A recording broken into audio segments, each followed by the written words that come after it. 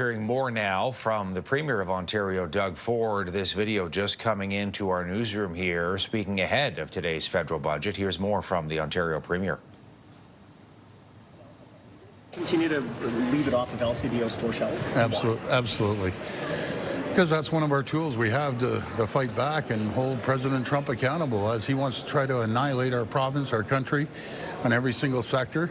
Those are one of the tools we have, so they'll stay off as long as the negotiations go, and once we get settled, then we'll invite them back.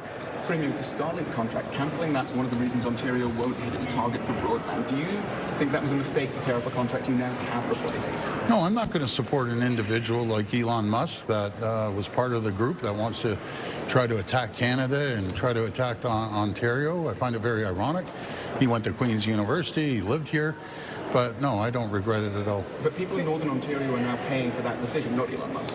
No, you know something? I had two choices. Either support one of Trump's closest allies and friends, and I guess no longer a friend, no longer an ally, but I'm not going to support him. Premier, what are you hoping to see in the federal budget? Well, hopefully a lot of infrastructure funding for our requirements, and obviously the Ring of Fire. We were out with the Prime Minister a week ago over at Darlington, but we're looking at large-scale nuclear as well at Wesleyville and possibly some other sites. So hopefully he'll put the money towards what we need. What we need right now is energy.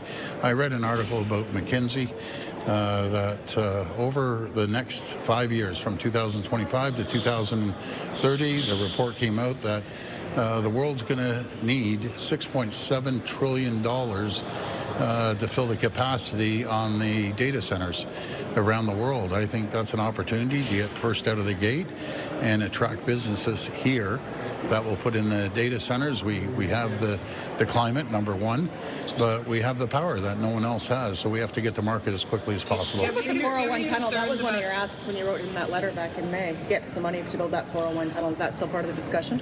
Yeah, it's always part of the discussion. We waste $56 billion a year on traffic every single year.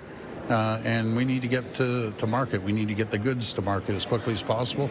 And we need to get people from point A to point B. Anyone that's driven on the 401, busiest highway in North America, it's jam-packed right up to midnight every single day from 6 in the morning to midnight.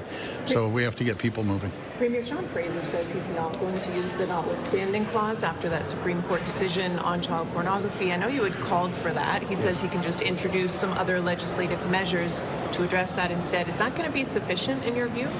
Well, let me explain it to the people. This is absolutely disgusting what the courts have decided. So anyone that goes out and has child pornography, there should be a mandatory sentence. The courts shot it down.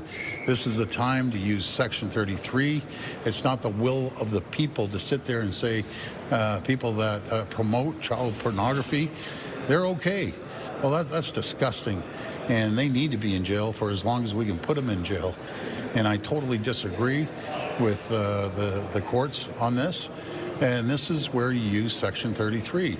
When the courts go offside, not speaking of the will of the people, and we need to make sure that these, people that are pushing child pornography, it's disgusting, most disgusting behavior.